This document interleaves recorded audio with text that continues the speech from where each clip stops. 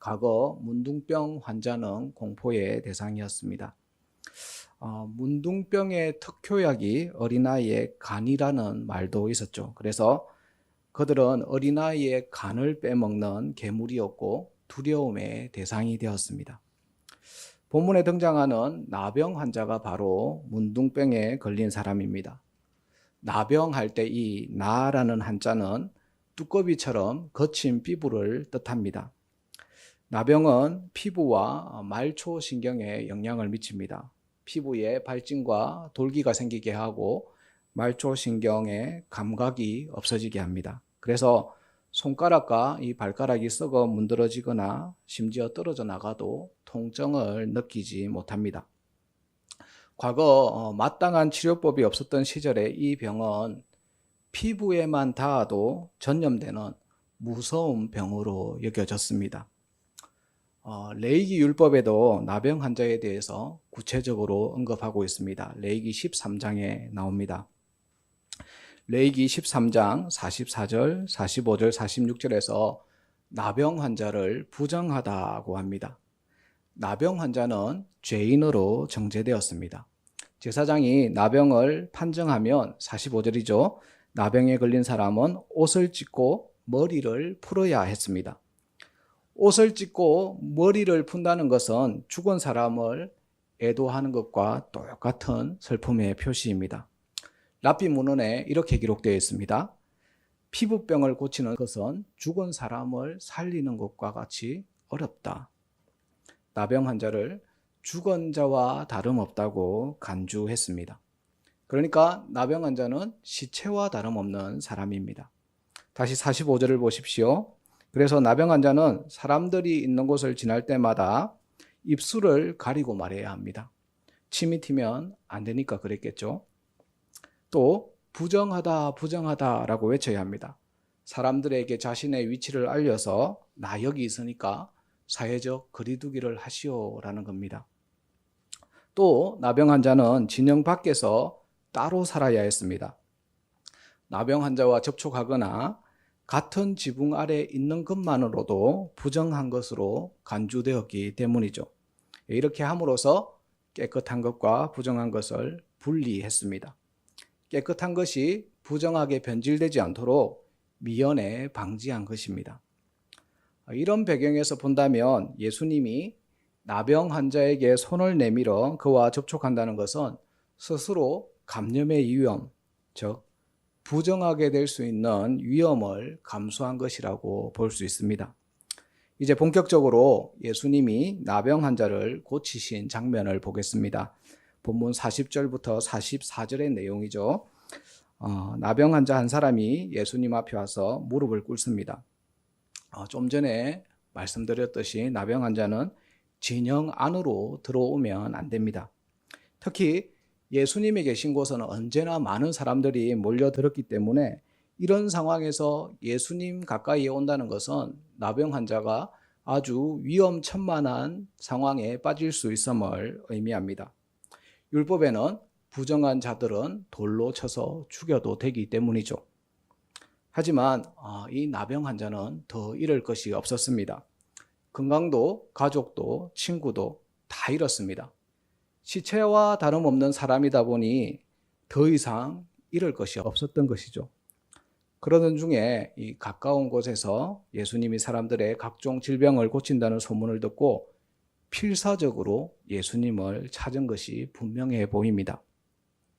나병 환자는 예수님을 만나러 가는 길에서 예수님을 만난다면 무슨 말을 할지도 생각해 봤을 겁니다. 언제부터 병에 걸렸는지, 누구로부터 전염되었는지, 지금 병의 정상은 어떤지, 그리고 병이 걸린 후에 어떤 차별 대우를 받았는지, 이런저런 이야기를 예수님께 하고 싶었겠죠. 하지만 군중들의 방해 때문에 예수님과 여유롭게 대화를 나누지 못할 것도 생각했을 겁니다. 그래서 그는 짧고 굵은 한마디를 생각해냅니다. 그게 40절에 밑줄 친 부분입니다. 원하시면 저를 깨끗하게 하실 수 있나이다. 원하시면 저를 깨끗하게 하실 수 있나이다. 이 말의 어감이 어떻습니까? 원하시면이라는 말에서 그가 별로 간절하지 않는 것처럼 보입니다.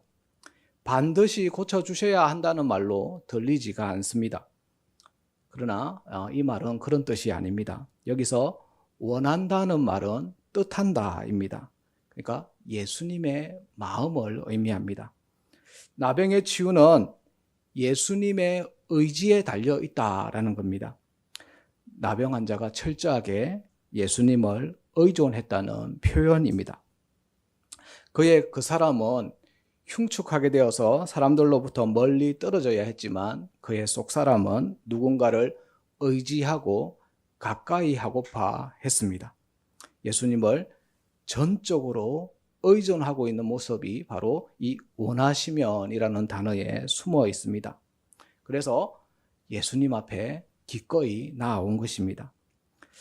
이러한 나병 환자의 모습은 예수님의 모습을 아주 닮았습니다. 예수님도 전적으로 의존하셨던 분이 계십니다. 이게 35절에 나오죠. 35절에 새벽 아직도 밝기 전에 예수께서 일어나 나가 한적한 곳으로 가사 거기서 기도하시더니, 예수님의 기도하는 장면입니다. 이 말씀은 우리에게 기도의 방법을 알려주는 것일 수도 있습니다. 기도 시간, 기도 장소를 알려주는 듯 합니다. 하루를 시작하는 새벽 기도는 아주 유익하죠. 아무도 방해받지 않는 시간을 기도 시간으로 확보해야 합니다. 그러나 이 본문에서 예수님이 기도하신 것은 기도 시간과 기도 장소에 대한 교훈으로 볼 수도 있으나 그보다는 예수님의 진정한 인간성, 하나님 의존성을 말합니다. 예수님이 아담의 죄로부터 상실한 인간의 자율성, 그 자유의지를 어떻게 사용해야 하는지에 대한 모범을 보여주신 장면입니다. 예수님의 기도는 하나님 의존성의 모범을 보여줍니다. 마가복음의 또 다른 구절, 마가복음 14장 36절에서 하나님 의존성이 고스란히 드러납니다. 함께 읽어보겠습니다. 이르시되 아빠 아버지여, 아버지께서는 모든 것이 가능하오니 이 잔을 내게서 옮기시옵소서. 그러나 나의 온대로 마시옵고 아버지의 온대로 하옵소서 하시고, 예수님이 하나님을 아빠 아버지라고 부르신 것은 예수님의 기도 습관입니다. 여기서 아빠는 아람어인데요, 우리말의 아빠처럼 친밀한 관계를 나타내는 단어입니다. 아빠라는 단어에서 예수님은 어린아이처럼 아빠를 전적으로 의존하는 모습을 보여줍니다. 그리고 이어지는 구절을 보십시오. 나병 환자가 말했던 원하시면, 이 원하시면과 같은 단어를 예수님도 사용하십니다. 나의 원대로 마시옵고 아버지의 원대로 하옵소서. 내 마음대로 하지 말고 아버지 마음대로 하라는 겁니다. 내가 원하는 것이 있음에도 불구하고 그걸 내려놓고 신실하신 하나님을 의존한 것입니다. 여기까지 정리하면 나병 환자가 고백한 이 원하시면이라는 말은 예수님의 마음, 예수님의 뜻, 예수님 의존성을 의미합니다. 원하시면 다음에 이어지는 이 나병 환자의 모습을 보겠습니다. 40절 말씀을 다시 한번 보겠습니다. 원하시면 다음에 저를 깨끗하게 하실 수 있다라고 합니다. 고칠 수 있다가 아니라 깨끗하게 할 수 있다라고 말하죠. 왜냐하면 이 깨끗하게 해달라는 것은 깨끗하지 않음을 전제로 하기 때문입니다. 나병 환자는 자신이 처한 상황, 이 나병이라는 몹쓸 병보다 자신이 율법에 기록된 부정한 사람이라는 인식을 더 해결하고 싶었던 것이죠. 당시에 이 나병, 즉 더러움, 부정함은 제 문제였기 때문입니다. 민수기에 보면 모세가 구스 여자를 아내로 맞이하자 그의 누이 미리암이 모세를 비방했습니다. 모세가 가진 리더십을 빼앗으려는 욕심 때문이었죠.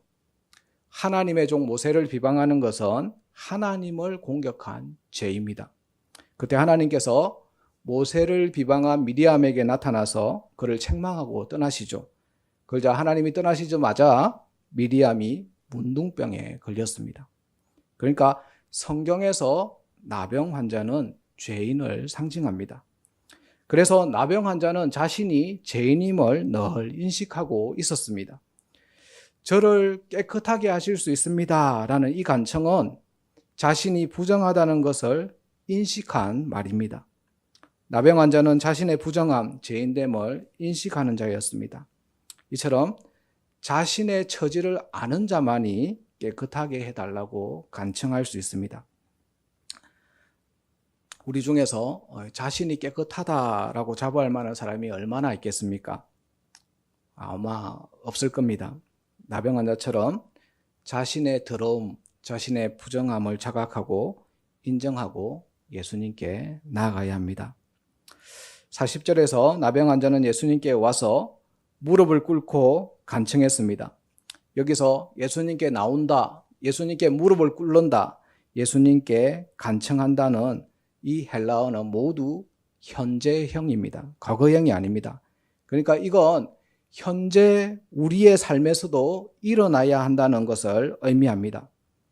나병 환자가 자신을 깨끗하게 해달라는 이 간청은 자신을 구원해달라는 의미입니다.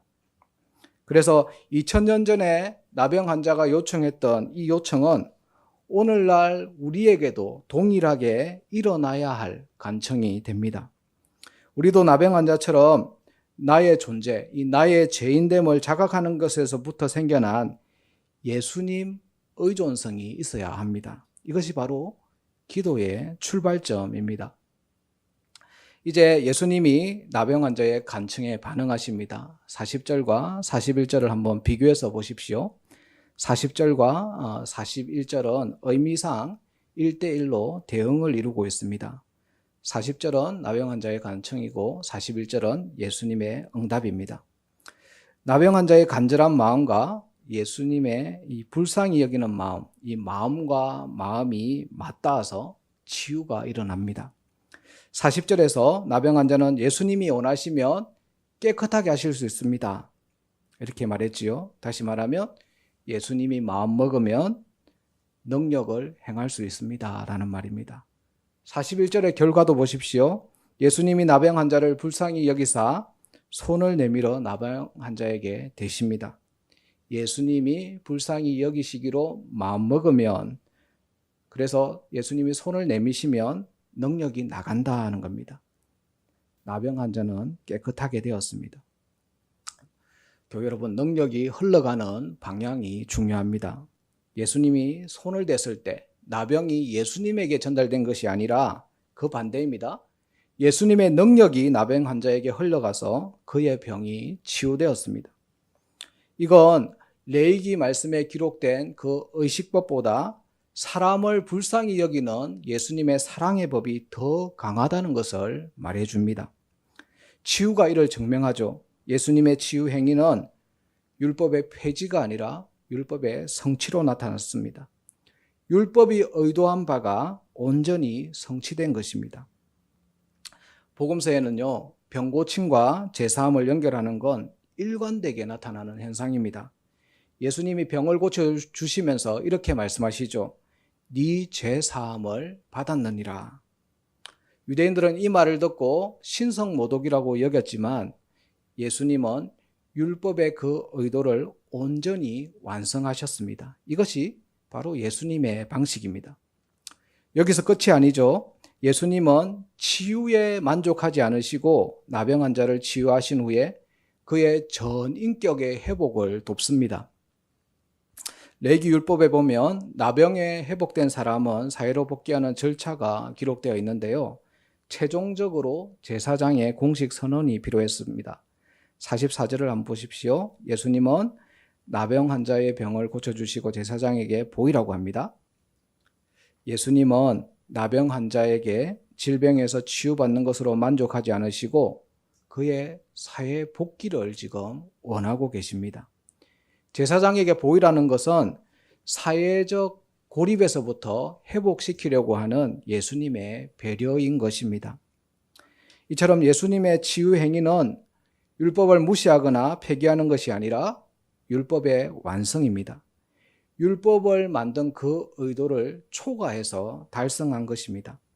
이처럼 예수님의 응답은 우리가 기대한 것보다 훨씬 더 좋은 것으로 나타납니다. 지금까지 우리는 나병 환자의 간청과 예수님의 응답에 대해 살펴보았습니다. 나병 환자의 간청을 한마디로 말하면 하나님 의존성입니다. 이 의존성은 죄로 오염된 인간의 자율성을 포기하는 것입니다. 죄로 오염된 이 인간의 자율성은 하나님을 의지하지 않기 때문이죠. 그래서 하나님을 의지하지 않는 사람은 우상숭배적인 삶을 살아갑니다. 그것이 악이고 그것이 죄입니다. 인간의 자율성은 가만히 두면 죄 짓는 방향으로 자연스럽게 흘러갑니다. 문둥병처럼 주변을 전염시킵니다. 아까 설교 초두에서 경상도에서 사용하는 이 문디라는 말을 소개했는데요. 우리는 사람들이 문둥병자를 싫어한다는 것을 알면서도 말로 가까이 있는 사람들을 문디로 만들어버립니다. 세상이 혐오로 나아가는 사이에 사람들은 괴로워하면서도 또 누군가를 문디로 몰아세우고 서로를 악마로 만들어서 서로에게 상처를 줍니다. 이것이 인간의 자율성을 가만히 내버려 둔 결과입니다. 인간성 상실로 나타나죠. 우리 교회도 자타공인하는 자율적인 교회입니다. 우리 교회는 예배도, 찬양도, 기도도, 헌금도, 헌신도 다 자율적입니다. 자율적이라서 좋은 점도 많지만 자율적이라서 방종으로 나아가는 부분도 많을 겁니다. 교회 여러분, 인간의 자율성은 가만히 놔두면 죄 짓는 방향으로 자연스럽게 흘러갑니다. 인간의 자율성은 문둥병처럼 주변을 오염시킵니다. 저도 목사지만 우리 교회처럼 자유로운 교회가 좋습니다. 우리 교회는 새벽 기도가 없잖아요. 그러나 가끔씩 이렇게 자유로우면 안 된다라는 생각이 들 때가 많습니다. 그럼 어떻게 해야 합니까? 진정한 자유는 하나님 의존성에서 나온다라는 것을 알아야 합니다. 하나님은 우리가 전적으로 의지할 때 우리가 기대하는 것보다 훨씬 좋은 것을 주시는 분입니다. 예수님이 율법의 의도를 초과 달성하신 것처럼 예수님을 통해서 제사함에서부터 비롯되는 그 자유를 넘치게 하십니다. 한 사람을 소개하겠습니다. 폴 트루니에라는 사람이 그의 책 인간이란 무엇인가에서 진정한 자유에 대해서 이렇게 말을 했습니다. 진정한 자유는 신뢰를 바탕으로 한 개인적 만남을 통해서 얻어진다. 신뢰를 바탕으로 한 개인적 만남, 이 만남의 상대가 누굽니까? 그 상대가 바로 하나님이어야 합니다. 인격적이신 하나님을 향해서 우리가 점차 의존적인 존재가 되어가는 동안 그때 우리는 진정한 자유를 만끽할 수 있습니다. 이런 진정한 자유 속에서 또 참 인간됨을 발견하게 됩니다. 이때 대화라는 방식이 진정한 자유를 만나는 통로가 됩니다. 하나님과의 대화, 하나님과의 대화는 기도입니다. 그러니까 기도 생활하지 않으면서 자유롭게 되기를 원한다. 이건 말이 안 된다는 겁니다. 하지만 우리는 기도하지 않으면서 자유를 너무 원합니다. 신앙의 자율성을 너무 원합니다. 그러나 진정한 자유는 기도하는 사람만이 누릴 수 있는 하나님의 은혜라는 것입니다. 예수님은 기도의 습관으로 진정한 인간, 참 인간이심을 드러냈습니다. 하나님과 얼굴을 맞대고 대화할 때 자신이 참 인간임을 경험하셨습니다. 나병 환자가 예수님께 나아가서 무릎을 꿇고 간청한 것도 자신의 참 인간됨을 회복한 첫걸음이죠. 예수님 앞에 나가서 얼굴을 맞대고 대화할 때 그는 진정한 자유를 경험할 수 있었습니다. 교회 여러분, 진정한 자유를 누리기 원하십니까? 그러려면 기도의 자리로 나가야 합니다. 하나님을 의존할 때 다른 것으로부터 또 심지어 자기 자신으로부터 자유롭게 되어집니다. 예수님처럼 나병 환자처럼 하나님을 의존하는 그 하나님 의존성을 배양하는 기도 시간을 늘려가시기를 바랍니다. 하나님과의 대화를 통해서 참 인간됨을 확인할 수 있기를 간절히 바랍니다. 말씀의 결론을 맺겠습니다. 종교개혁자 루트가 한 말이죠. 요즘 내가 바빠진다. 그래서 더 기도해야겠다. 그는 업무가 늘어날수록 바빠질수록 기도하는 시간을 늘렸습니다. 왜요? 기도하지 않는다는 것은 하나님을 의존하지 않는다는 것이고, 하나님을 의존하지 않는다는 것은 자기 마음대로 한다는 겁니다. 우리는 자기 마음대로 하는 걸 자유롭다라고 생각합니다. 자신이 죄인임을 잊어버리고 우상 숭배적인 삶을 살아가면서도 그게 자유라고 말합니다. 인간성을 상실해가면서 자기 합리화를 합니다. 그러나 그건 자유가 아닙니다. 진정한 자유는 하나님을 전적으로 의존하는 믿음의 고백에서 비롯됩니다. 예수님의 마음이 능력으로 나타날 때 우리의 예상을 뛰어넘는 자유를 경험하게 될 것입니다. 율법의 의도를 초과 달성한 그 예수님의 능력을 발견하게 될 것입니다. 교회 여러분, 오늘 본문에 나오는 나병 환자처럼 예수님을 전적으로 의존함으로 진정한 자유를 누리시는 우리 모두가 되기를 간절히 축원합니다. 이 시간 우리 함께 찬양하고 기도하겠습니다. 455장입니다.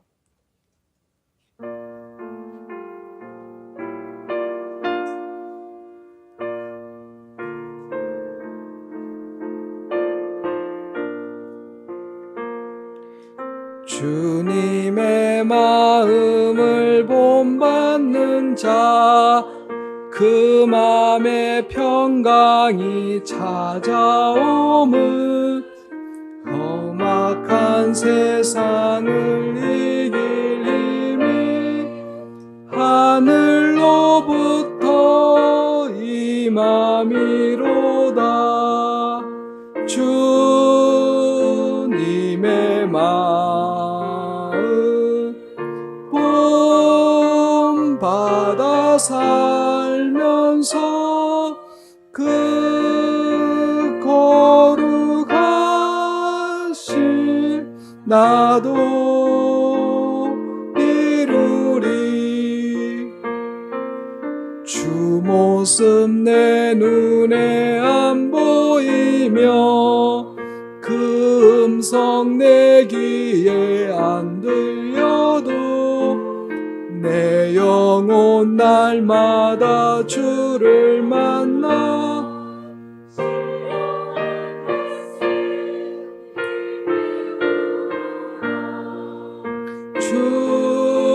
주님의 마음